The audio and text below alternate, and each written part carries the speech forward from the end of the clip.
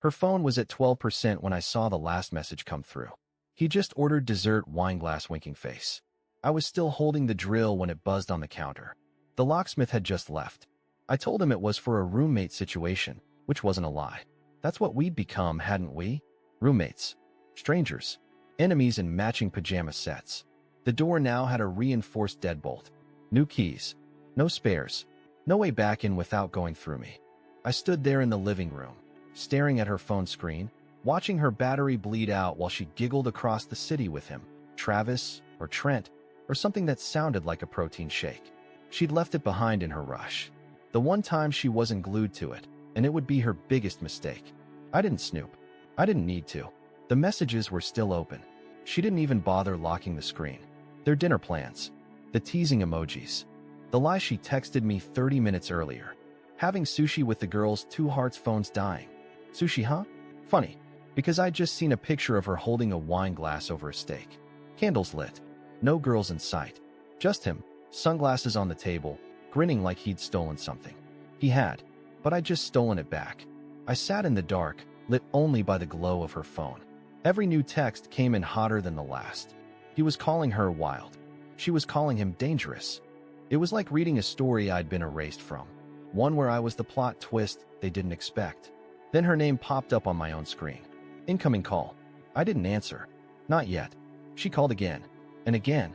Then came the texts. Why isn't my key working? Wendell? What the hell? Is this a joke? Then silence. A long one. I imagined her trying to come in through the garage. I had already unplugged it.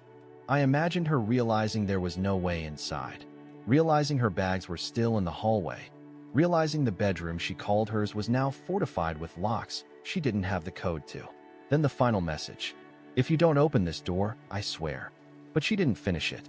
Because that's when I turned off the Wi-Fi, and her phone, just like our marriage, went dead. I didn't sleep that night. Not even for a minute. I lay on the couch, in silence, in the same house where we used to laugh about burnt pancakes and spill wine on old throw blankets. Now, all I could hear was the distant sound of wind hitting the new lock I'd installed myself. Funny, I'm not even handy. I looked up a YouTube tutorial, sweating through the process, shaking with every turn of the screwdriver. But I did it. That lock was my line in the sand. My silent declaration, you don't live here anymore, not the version of you that betrayed me. I checked her location once, around 1:30 a.m. She was still outside, parked, probably calling friends, calling me, maybe even calling Travis, trying to make sense of what just happened. The satisfying part? She had no idea I'd seen everything. She didn't know I had watched her messages unfold like a soap opera she thought she had the lead role in. She didn't know her phone lit up my world more than she had in months. I expected rage, screaming, maybe even cops. But instead, around 2:12 a.m., her car finally left. She didn't knock again, didn't shout through the mail slot. She just vanished into the night. And I stayed there, gripping her phone like it owed me answers, knowing I was the one who had to face the truth now. In the morning, I finally got up and walked past our wedding photo. Her face frozen in a smile I didn't recognize anymore. Was she already thinking about someone else when that photo was taken? Was she already planning an exit strategy while I was planning to grow old with her? Around 9:46 a.m., her sister called me. Wendell, she said, with zero sugar in her voice. What the hell is going on? Darla says you locked her out like a psycho. I didn't yell. I didn't defend myself. I just told her calmly. Ask her what she was doing at Arlo's Steakhouse last night. Then call me back. She hung up, and that's when the tide really started turning. Because within hours, the texts started flooding in. From mutual friends, from her cousin, even from her boss, who'd apparently heard some twisted version of the story. They all had one question. Is it true? Did you change the locks on your wife? Yes, I did. But not because I'm heartless. Because I'm exhausted. Because for months I begged for connection, for honesty, for something real. And she gave me half smiles, half truths, and half nights alone wondering what I did wrong. She texted me around noon. From a new number. Probably Travis's phone. Wendell, talk to me. Please. This is going too far. Too far. Too far was letting another man kiss you while your husband reheated your leftovers. Too far was lying about girls' nights that ended in hotel rooms. Too far was making me feel like I was losing my mind, when really, I was losing my wife. I didn't answer, but I didn't block her either, because what I had planned next required her to keep texting. This wasn't over, not even close. That afternoon felt surreal. I moved through the house like a ghost, seeing everything the way a stranger might. Her coat still hung by the door. The scent of her shampoo clung to the pillows. A single bobby pin sat on the bathroom sink like it hadn't just been ripped out of the hair of a woman who spent the night lying to her husband. I didn't touch anything. Not out of sadness, out of strategy. Everything needed to stay exactly as it was when she walked out the door. Because I wanted her to feel that jarring absence of control. I wanted her to step back into this house and realize it wasn't hers anymore. At 4:08 p.m., the doorbell rang. I knew it wouldn't be her. She wouldn't dare show up alone. Instead, it was someone worse, her mother. And right behind her, Darla, my wife. No makeup, hair tied up, wearing a sweatshirt I bought her last Christmas. She looked like a teenager who'd been caught sneaking out. Her mom did all the talking, naturally. Darla always hid behind louder people when real consequences showed up. Wendell, her mother started, already scowling. This is absolutely ridiculous. She's your wife. She was, I said, holding the door half closed. Not anymore. Darla stepped forward and tried to play soft. Can we talk? Please. Just you and me. I stared at her. I wanted to say everything. I wanted to scream. Talk? Now you want to talk? After months of shutting me out, after letting some gym joke boyfriend share dinners that used to be sacred? But I didn't say any of it. Instead, I stepped back and handed her something. Not keys. Not papers. A printed screenshot. One of the texts she'd sent him. She took it with trembling hands. I'll never forget the way her face changed. First, pale shock. Then anger. Then embarrassment. She looked up at me, eyes filling with tears she hadn't earned. You went through my phone? She asked, like that was the crime. You went through our vows, I said flatly, then closed the door on both of them. She didn't knock again. She didn't yell or beg. She just stood there, two women who once called me family, and realized they had nothing left to say that I hadn't already heard in digital whispers from another man's inbox. Later that evening, I received a voice note from her. I didn't expect that. I thought she'd switch to silence, or worse, threats. But this message wasn't fire, it was ice. Wendell, you are blowing this out of proportion.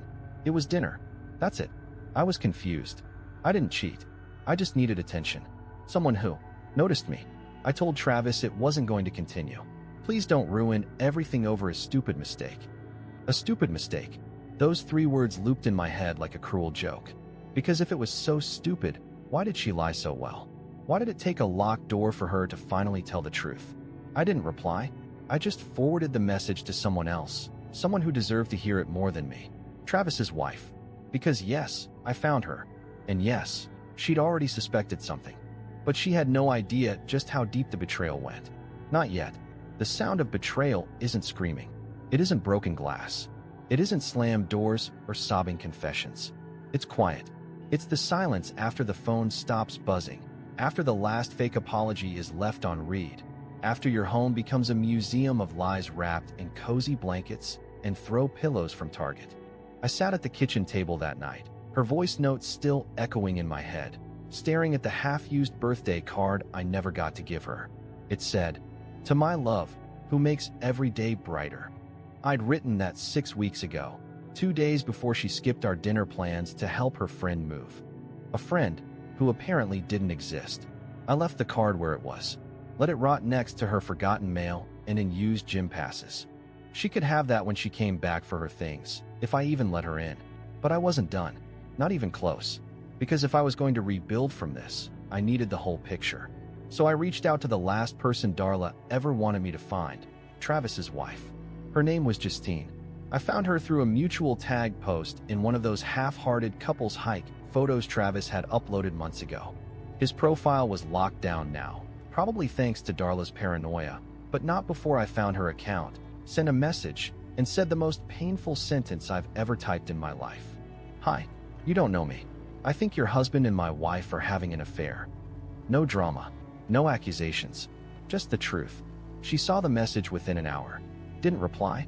I figured she was ignoring it, maybe even blocking me. But then, around midnight, I got a single response. "Meet me tomorrow, 11 a.m., near the bridge on 3rd. Come alone." I couldn't sleep. I couldn't sit still. The thought of seeing her, of confirming everything, of exposing what Darla tried so hard to hide, it was almost too much. I kept pacing. I kept whispering to myself like an idiot, rehearsing what I would say, how I'd explain that I wasn't crazy, that this was real, that I wasn't just some bitter, jealous guy inventing stories to feel important. When I finally arrived the next day, she was already there. Justine was younger than I expected, polished, poised, the kind of woman who made Darla feel insecure just by walking into a room. She didn't say hello, just handed me her phone and let me scroll. Photos, texts, voice notes, receipts. My stomach twisted as I realized how deep it went. Not just dinners, not just flirting, hotel reservations, midday meetups. A photo of my wife in the passenger seat of a car that wasn't mine, wearing a dress I had complimented her on weeks ago. She looked at me, her expression numb. I needed to see if you were crazy. You're not. I couldn't speak. Then she said something I didn't expect, something that rewired everything in my head.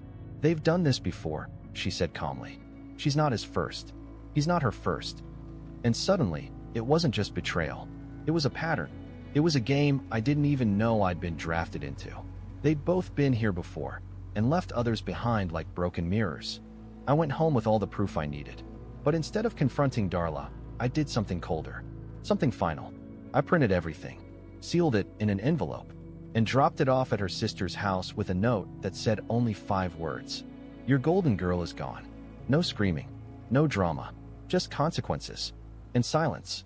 When you find out your entire marriage has been a stage play and you were the understudy, there's this moment where your soul just detaches. I walked around the next few days like I was watching someone else's life unravel. Everyone I saw at the gas station, at the post office, at the stupid sandwich place Darla and I used to go to, they had no idea I was a man whose world had caved in quietly while the ceiling above them stayed intact. She still hadn't come to get her stuff, still hadn't asked for her keys, and I hadn't reached out since I dropped the envelope off at her sister's house. But I knew she got it. Her cousin, the only person in her family who ever liked me, texted me 2 words that said it all. I'm sorry. But here's the part no one tells you. When the storm clears and the house is still standing, you're left with the question, now what? I wasn't interested in screaming matches or courtroom drama. That would have given her a stage. No, what I wanted was exposure. Quiet, cold, undeniable. So I did something I didn't think I had the stomach for.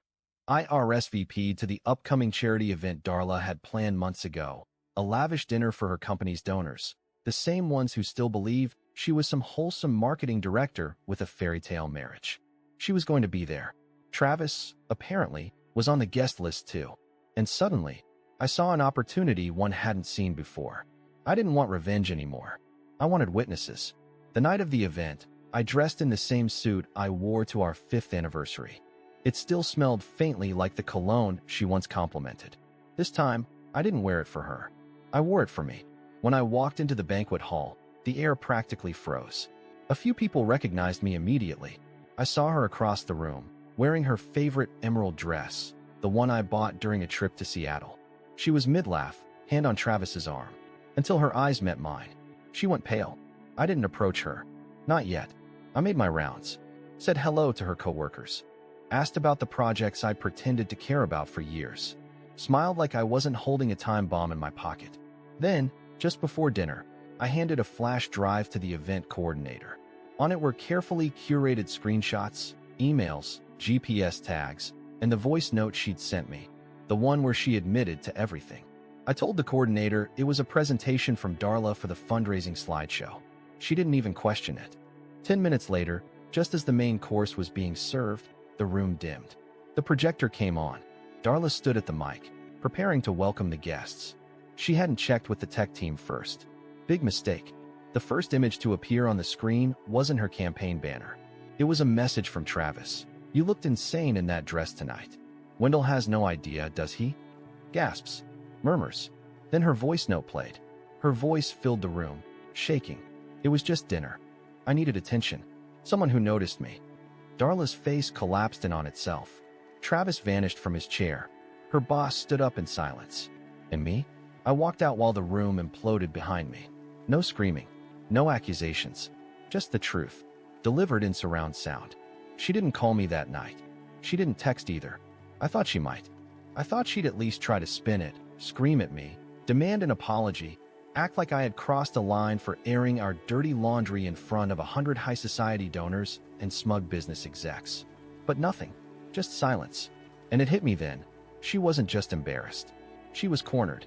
The next morning, I got a message from an unknown number. No name. Just a short, surgical line of text. You got what you wanted. Leave her alone. I didn't respond, but I smiled. Travis, probably. Defending the same woman who used him like a napkin. What he didn't realize is I was already done. This wasn't about revenge anymore.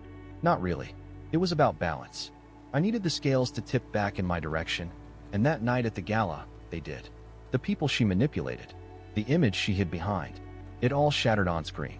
Later that day, I went back to the house, the one she still hadn't come to collect her things from. I left the front door unlocked. Not as an invitation. As a test. I wanted to see what kind of person she really was, now that the mask had cracked. Around 4:45 p.m., the sound of her key in the door made me freeze. She tried it. It didn't turn. She hesitated, then pushed the door open slowly, realizing I'd left it unlocked. She walked in like a stranger, her steps careful, her eyes scanning the place like it belonged to someone else. She looked thinner. Her usual bravado was gone. I didn't say anything right away. I just stood in the kitchen, arms crossed, watching her take it all in. "This used to feel like home," she said finally, her voice barely above a whisper. "It's not," I replied flatly. She nodded, like she already knew that. Then she walked to the dining table and sat down. The same place she once used to plan weekend getaways and scribble grocery lists. She didn't cry. She didn't scream. She just said something I didn't expect. "Do you think I'm a monster?" I didn't answer. Not at first. Because if I did, I would have unloaded years of pain in one breath. The years she made me question my worth. The nights she came home late and smelled like another man's cologne and said it was just the gym. The way she rolled her eyes when I tried to hold her hand. The way she flinched when I said, "I love you." Like the words made her skin crawl. Instead, I just looked at her and said, "No, I think you're empty." And you filled the silence with attention from anyone who'd offer it, even if it meant burning down your own life. She winced, like that hurt more than yelling would've. She stood up. "I didn't think you'd go through with it. The gala, the lock, all of it. That's the thing about men like me," I said. "We warn you quietly, and when no one listens, we disappear loudly." She opened her mouth to speak, but nothing came out. I didn't give her another chance. I turned, walked upstairs, and closed the bedroom door behind me. Not to sleep, not to cry, but to finally pack my bags. Not hers, mine. The next morning, I left my own house for the last time. I didn't slam the door. I didn't leave a note. I didn't even look back. I carried 2 suitcases, both of them packed with the version of me that tried. The version that forgave late nights. That believed lies about book clubs and spa weekends and wine with coworkers. The version that gave her every benefit of the doubt until there were no more doubts left to give. I had become unrecognizable to myself, trying to keep something alive that had flatlined long before she ever met Travis. And somehow, walking away felt more powerful than catching her red-handed ever could have. I didn't go far. Just a rented apartment on the edge of town. 1 bedroom, bare walls, a mattress on the floor, and a toaster that only worked half the time. But it was mine. All mine. No perfume lingering in the bathroom. No passive-aggressive silence at dinner. No pretending that we still had something sacred. She didn't message me that day, or the next, but her silence was louder now. It wasn't avoidance. It was strategy. She was letting the scandal cool down, waiting for me to get weak, to soften, to want the version of her that cried in the hallway and said things like, "Do you think I'm a monster?" But I didn't want that version. I didn't want any version. Then, on day 4 of my self-imposed exile, she finally cracked. A long message. Paragraphs. It came through at 2:13 a.m., when I was half asleep, listening to the dull hum of the fridge in my new kitchen that smelled like cardboard and cheap detergent. Her message started with an apology, of course. Not for what she did, but for how things went. She said she wished she'd handled it differently. That she felt blindsided and exposed. That she never expected me to humiliate her like that. I laughed when I read that part. Humiliate her? I had stayed quiet for months. Swallowed every gut instinct. buried every suspicion. Humiliation? She was lucky I didn't live stream the text threads. Lucky I still had enough decency to not post screenshots with her company tagged. The last paragraph, though, that was the one that got to me. Not because it was emotional, but because it was calculated. She said she wanted to talk. Not about us, but about the house, the finances, the car title, the divorce, all the parts of our life she once called ours, now suddenly reduced to a negotiation. That was when it hit me like a punch in the chest. She hadn't broken down. She hadn't seen the light. She was regrouping, rebranding, strategizing damage control while trying to walk away with as much as she could carry. That's who she really was. Not a heartbroken woman, not a confused wife, but a PR specialist, spinning her own betrayal like a bad headline. I didn't respond, not because I didn't have words, but because I didn't know her mind anymore. Instead, I made one final decision, one she never saw coming. I set a meeting with a lawyer the next morning, but not just any lawyer, the same one who represented Travis's first wife, the one he cheated on 3 years ago. Because if Darla thought she was going to get out clean, she hadn't read the fine print. The lawyer was as ruthless as he was polite, the kind of man who wore calm like a weapon. I sat across from him in his office, surrounded by quiet, framed degrees and case files like silent assassins. He already knew the story. I didn't even have to finish my sentence before he said, "She's going to try to negotiate from a position of damage control. That's where we take everything she never thought you'd protect." In 3 weeks, the paperwork was ready. My name removed from the mortgage, the joint accounts divided cleanly, and every record of my loyalty documented in a way that would hold up anywhere, even in a courtroom she'd hoped to avoid. She never showed up to sign in person. She sent her lawyer. No apology, no eye contact, just silence and a pen. That was the last time I heard her name spoken in any official capacity. But that's not where the story ends. Because the truth is, moving on isn't something that happens with a signature. It's what happens in the in-between moments. Like when you find yourself grocery shopping for one and realize there's no one sighing behind you because you picked the wrong brand of coffee.